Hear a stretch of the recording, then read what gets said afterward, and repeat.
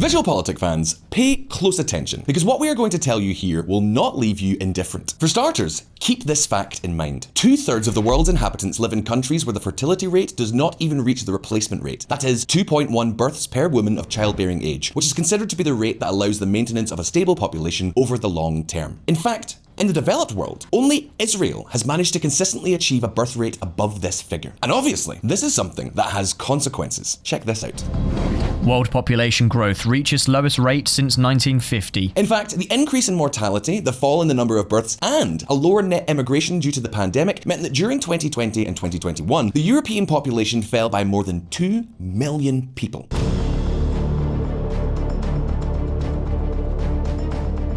This is a trend that we need to get used to because it'll be recurrent throughout this century in Europe and also in many other countries. Japan's population has been shrinking since 2010. South Korea's began to contract in 2020, and China's population is expected to do the same this year or the next at the latest. Although, there are even experts who point out that this decline has already begun. In fact, it is expected that by mid-century, China's population will shrink by 12 million people per year.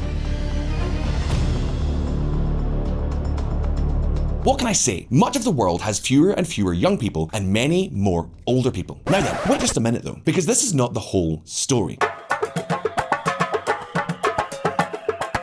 We may not be aware of it on a day-to-day basis, but Africa, the continent that has always been forgotten, is experiencing what some consider to be the greatest demographic takeoff in the history of mankind. This growth, far from slowing down, has skyrocketed in recent decades and promises to mark a turning point in the very history of mankind. This is Africa's century. Cyril Ramaphosa, President of South Africa. And take note, because this has only just begun. The change we are going to tell you about goes much further than you have ever thought possible. Are you ready to find out more? Of course you are. So let's get cracking.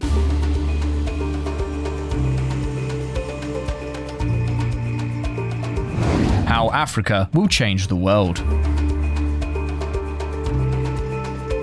In 2018, President Museveni of Uganda opened his State of the Nation address by boasting that Uganda's population had jumped from around 14 million people in 1986 to over 40 million people. That's an annual population growth exceeding 3.5%, when the average had been 2.5% in the 20 years prior to his very long reign as president. And this has resulted in Uganda having one of the youngest populations in the world. The average age is just 17 years old. And to illustrate this even further, 3/4 of Ugandans are under 30 years old. A huge reserve, ready to have many children. Because VisualPolitik fans, we are talking about a country where women have an average of 5 children. This is because, among other things, the population is very young and they start having children very early. Something that, by the way, has not changed despite the fact that infant mortality rates have plummeted. The result? Uganda's population is growing at a rate of nearly 40% per decade. And that's not all. In another televised speech, President Museveni himself was very clear. Africa has been suffering from underpopulation. Now we are solving it. Yoweri Museveni, President of Uganda. You see, despite being the second largest continent in the world, depending of course on whether we consider the Americas as a single continent, Africa has been responsible for only 1/5 of the world's population growth since 1950. But now, all of that is changing. Completely. Culture, religion, even politics, everything, absolutely everything is pro-natalist in Africa. And believe me when I tell you that they've got their act together. Oh boy, have they ever. Once you realize the scale of it, well, let's just say your head is kind of likely to explode. The world as you know it is going to change completely over the next few decades. Take a look at this.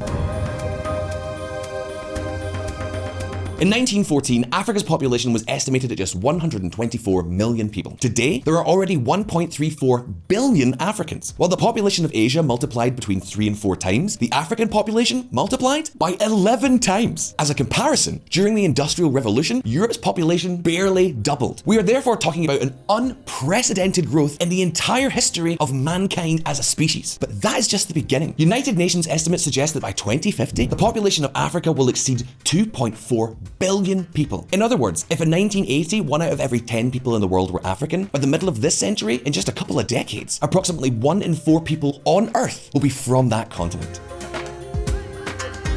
To give you an idea of what this means, 2.5 billion people is equivalent to the entire population of the world in 1950. Well, just 100 years later, that will be the population of Africa alone. In fact, right now, this continent is already by far the main driver of population growth in the world. For example, only 8 countries currently have a population growth rate of more than 3%, which basically means that the population doubles every 20 to 24 years. And they're all in Africa. Currently, only 11 countries have a fertility rate of 5 or more children. All of them are in Africa. Of the 20 countries worldwide whose population will grow the most by 2050, 12 are precisely in this region of the world. In other words, get used to the fact that the world you know will depend more and more on this region.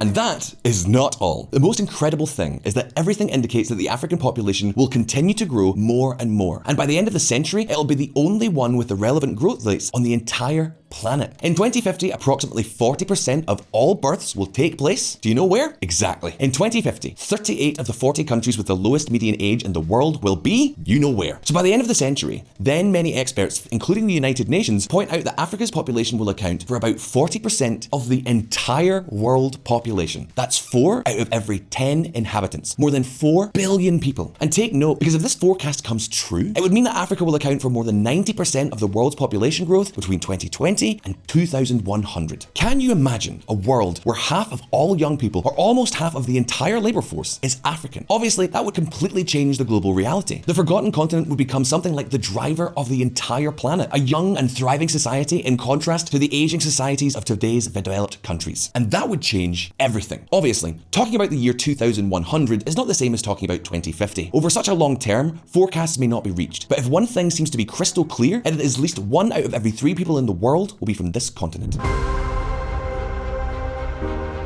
Take, for example, the case of Niger, one of the poorest countries in the world and one of the allies, by the way, of the West in the fight against the jihadist infiltration in the Sahel. In this country, women have an average of more than 7 children, which, by the way, has actually increased in recent years. This explains why the average age of the population in this country is only 15 years old. We are practically talking about a gigantic school. In just 100 years, between 1950 and 2050, this country will have seen its population multiply by 25 times, from 2.5 million to more than 60 million inhabitants.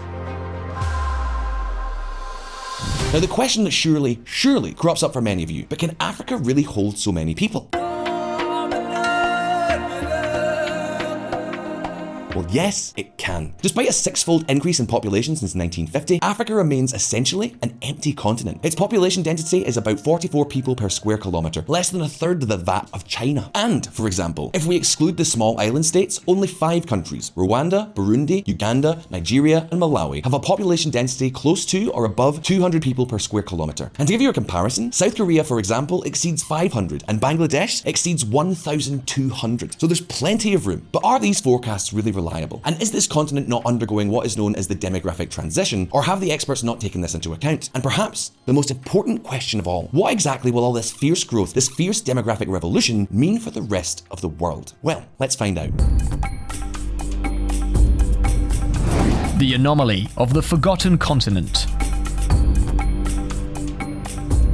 Europe, Latin America, Asia. Every time a society has modernized and developed economically, what we know as the demographic transition has taken place. At first, the mortality rate decreases, population growth accelerates, but then fertility plummets and population growth slows down until it practically stops altogether, and even starts to be negative due to the increasing aging of the population. That is the theory and the experience to this day. But the truth is that in Africa, things look completely different. Although the mortality rate has plummeted sharply and the life expectancy of the population has risen sharply, fertility rates in Africa are declining at an abnormally low rate. In sub-Saharan Africa, the birth rate has barely dropped from 6.5 births per woman to 5.4 in the last 20 years. And in some countries, it has even increased again. It's crazy. In some countries in Africa, fertility has not yet started to decline, and this may not change in the coming years. In many others, changes have been limited and hesitant, while some countries that were well advanced in their fertility transitions have followed unexpected paths with slower or stagnant fertility transitions. Bruno Schulmaker, demographer with expertise in Africa. Another example is Egypt, a country that seemed to be completing the demographic transition, but whose fertility rate has gone from 3 children in 2008 to 3.2 today. A change in the trend that has led the UN to increase its expected population forecast to 160 million inhabitants by 2050. And in fact, although the demographic transition is relatively advanced in both North and Southern Africa, their fertility rates remain well above those of the rest of the world, practically at the levels of more than 3 children per woman. But hold on a moment, because what is happening in the central strip of the continent, that is the real explosion. So what on earth is going on in Africa?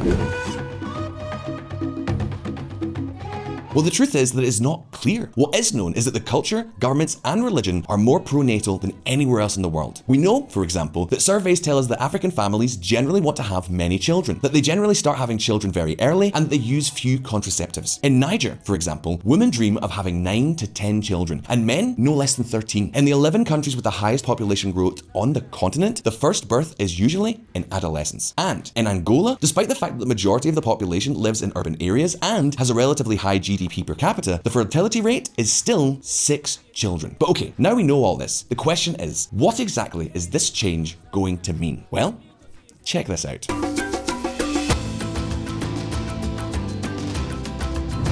The New Dawn.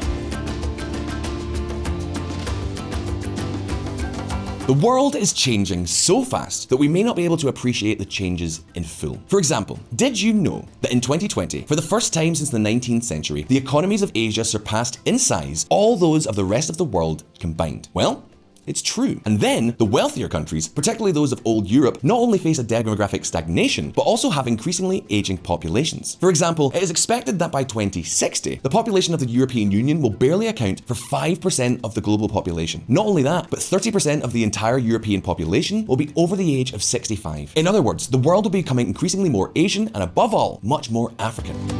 Imagine a continent that will have the same population as India and China combined in 2050. Think of a continent with a growing middle class, rapid urbanization, and that will have the youngest population on the planet in 2050. Think Africa. Akinwumi Adesina, president of the African Development Bank, AFDB. And, of course, if history tells us anything, it is that young and growing populations have tended to translate, sooner or later, into growing economic and political clout. Of course, this also poses enormous challenges. Currently, every year, 30 million Africans reach the age of 15, an age that in this region is considered to be the age of entry into working life. So over the coming years and decades, Africa will need to generate enormous amounts of employment. But that's not all. Even if the continent is able to grow, it is clear that its influence on the rest of the world and the importance of immigration will increase strongly, especially in Europe. After all, it is a continent that will soon have a list of jobs available as a result of the aging demographic. So do you know what? It is quite possible that by the middle of this century, Africa will begin to feature much more prominently on the world's political, economic, and communications agenda. The question is, are we ready? Will it be an easy adaptation? What consequences will Africa's emergence have for the rest of the world? And should the wealthier countries try to promote a more open and modern culture in Africa? I'm talking, for example, about the integration of women, the recognition of sexual diversity, and the integration of minorities of all kinds. Well, VisualPolitik fans, these are the big questions that remain to be solved. So, for the moment, we invite you to leave your opinions in the comments and open a respectable debate. Of course, if you found this video interesting, don't forget to like all of us here on VisualPolitik and hit the little bell button down there so you don't miss any of our updates. All the best, and I'll see you next time.